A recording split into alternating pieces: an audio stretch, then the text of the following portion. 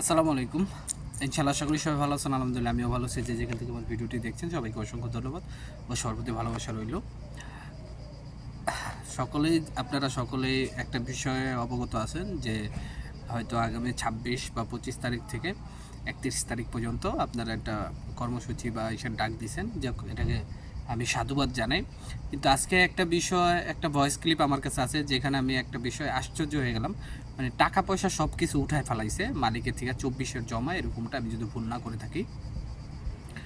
আপনার সে ভিসা পাইছে, টাকা পয়সা সব কিছু উঠে গেছে, মালিকের কাছে কোনো ধরনের মেল কিচ্ছু যায় না, সে ভিসা পাইছে। তো এই বিষয়ে আজকে কথা থাকবে ভিডিওতে, আর অন্যান্য বিষয়ে কথা থাকবে। তো ইনশাল্লাহ ভিডিওটি পুরোটা দেখার চেষ্টা করব।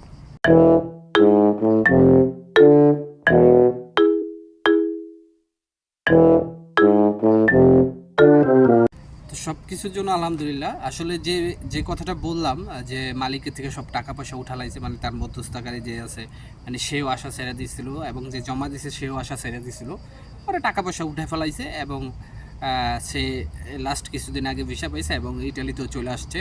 তো তার একটা ভয়েস ক্লিপ আমার কাছে আছে, তো আপনারা শোনেন, শুনলেই বুঝতে পারবেন, এবং ভিসার ছবিটাও দেওয়া আছে ইনশাআল্লাহ। আসসালামু আলাইকুম প্রিয় কাস্তা শহরের উদ্যোগী ভাইরা, আমি আপনাদের মধ্যে বক্তব্য কি, এটা হলো আমার মামুদা ভাই। ওর ভিসা হয়েছে কিছুদিন আগে, ও আজকে ইতালি চলে গেছে। তো আপনার ক্লিক ডে ছিল 2023-এর মে মাসে। তো অ্যাপয়েন্টমেন্ট নিয়ে জমা দেয় 2024-এ এপ্রিল মাসে, জমা দেয় 2024-এর। তো রিটার্ন পাসপোর্ট নিয়ে আসে আপনার 2024-এর ডিসেম্বরে। তো রিটার্ন পাসপোর্ট আনার পরে ও আবার জমা দেয় আপনার এই 2025-এর আপনার মে মাসে জমা দেয়। মে মাসে জমা দিয়ে আপনার জুনে কি ভিসা পায়, জুনে ভিসা পায় আর কি। তো আপনার শহর ছিল হলো রাগুসা শহরে। মালিকের সাথে প্রতিনিয়ত কথা হইতো। ভাই ওর ভিসা হলো আপনার মালিক থেকে টাকা পয়সা সব উঠাই নিয়েছিল, ওর মাধ্যমের থেকে টাকা নিয়ে আসছিল সব। মাধ্যম তো আশা ছেড়ে দিছে, ও আশা ছেড়ে দিয়েছিল, টাকা সব উঠে নিয়ে আসছে। তারপরও ওর মনে করেন রেডি ফর কালেকশন আসছে 2024-এর আপনার এপ্রিল মাসে রেডি ফর কালেকশন আসছে। তো ও ঢাকার বাইরে ছিল, ওই জন্য জমা দিতে পারেনি, জুন মাসে জমা দিছে। জুন মাসে জমা দেওয়ার আপনার 10-12 দিনের মাথায় ভিসা চলে আসছিল। তো মালিকের সাথে কন্টিনিউ যোগাযোগ ছিল ওর। মালিক আপনার ভিতরে যোগাযোগ করছে। তো আপনারা ভয়েস ক্লিপও শুনলেন, তারপরে ভিসার ছবিও দেখছেন। আসলে ইউরোপ জিনিসটাই হচ্ছে ভাগ্য। আপনারা যে যত যাই বলেন, এটা আপনার ভাগ্যের উপর ডিপেন্ড করে। কেননা আমি আমার যে দুটা ফ্রেন্ড আছে, দুইটা ফ্রেন্ডের বিষয়ে আমি একটু আপনাদের বলি, যে নিজের হাতে জমা দেওয়া, নিজের হাতে নলস্তা, ইমেলের মাধ্যমে অ্যাপয়েন্টমেন্ট পাইলো, কিন্তু রেবোকারে হয়ে গেল। তো আসলে আমিও ভাবি নাই, বা ওরাও ভাবে নাই, বা মালিকও ভাবে নাই যে এরকম হইব বিষয়টা, মানে ভিসাটা রেভোকার হইব বা রিজেক্ট হইব। কিন্তু এখন দেখেন, মানে এটা হচ্ছে ওদের নসিব। তারপর আপিল করা হয়েছে, এখন আপিলের একটা সময়, নির্ধারিত একটা সময় আছে। যদিও মালিকের থেকে টাকা পয়সা সব কিছু মনে করেন অলরেডি তোলা হয়ে গেছে, কারণ অনেক সময় তারা আপনার এখানে ইনভেস্ট করছে, বাট তেমন একটা ফলাফল আসে নাই। তা আমি আপনাদেরকে একটা জিনিসই বলবো, যে ধৈর্য ধারণ করতে হবে। অনেক ধরছেন, আর একটু দেখতে হবে। আশা করি যে একটা ভালো ফলাফল আসবে।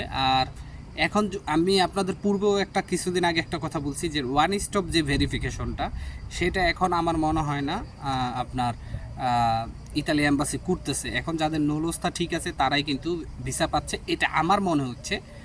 এটা আমার মানে আমি পার্সোনালিভাবে বলতেছি, এটা কোনো ডিক্লারেশন দেয় নাই। কেননা এই যে আপনারা ভয়েসটা শুনলেন, সেখানে কিন্তু বলা হয়েছে মালিকের কাছে কোনো ধরনের মেল যায় নাই। ইভেন আমার যেই বন্ধুদের নরস্তা রেভোকারে হয়েছে, ওদের সাথে আরও যে মানুষের জমা ছিল, সেখান থেকে অনেকেরই রেভোকারে হয়েছে। আবার লাস্ট গত মাসের 27 তারিখে একজন ভিসাও পেয়ে গেছে, মালিকের কাছে কোনো ধরনের মেল আসে নাই। তা আসলে কি হচ্ছে এটা বলা মুশকিল। আমার পরিচিত এক ভাই আছে 2022 সালের জমা, ঠিক আছে, তিনি রিটার্ন পাসপোর্ট পাইছে, বাট তার কোনো ধরনের রেসপন্স নাই এই পর্যন্ত। ওনার সাথে আমার যতবার কথা হয়েছে, উনি বললো মালিক যাইয়া বেরপুত্তরায় যাইয়া তার যে বন্ধুর মাধ্যমে জমা দিছে গেছে, কোনো ধরনের কাম হচ্ছে না, ঠিক আছে। তো এটা সম্পূর্ণ রিজেক্টের উপরে ছেড়ে দিবেন। হয়তো আমার এখন বলতে পারেন আর কত, কিছু করার নাই ভাই। আমরা যখন আসছি এরকম ছিল না। আমি সর্বোপরি এই দোষগুলো আমি আমাদেরকে দিই, আমাদের বাঙালিদেরকে দিই, কারণ রিজেক্টের পরিমাণ দেখলেই তো বুঝতে পারেন যে কী একটা অবস্থা হয়েছে। তো যাই হোক, আমরা যখন জমা দিয়েছিলাম তখন এত সিরিয়ালও ছিল না, ঠিক আছে। অ্যাপয়েন্টমেন্ট স্লট পাওয়া গেছিলো, আপনার 10 জন 12 জন গেছিলো জমা দিতে।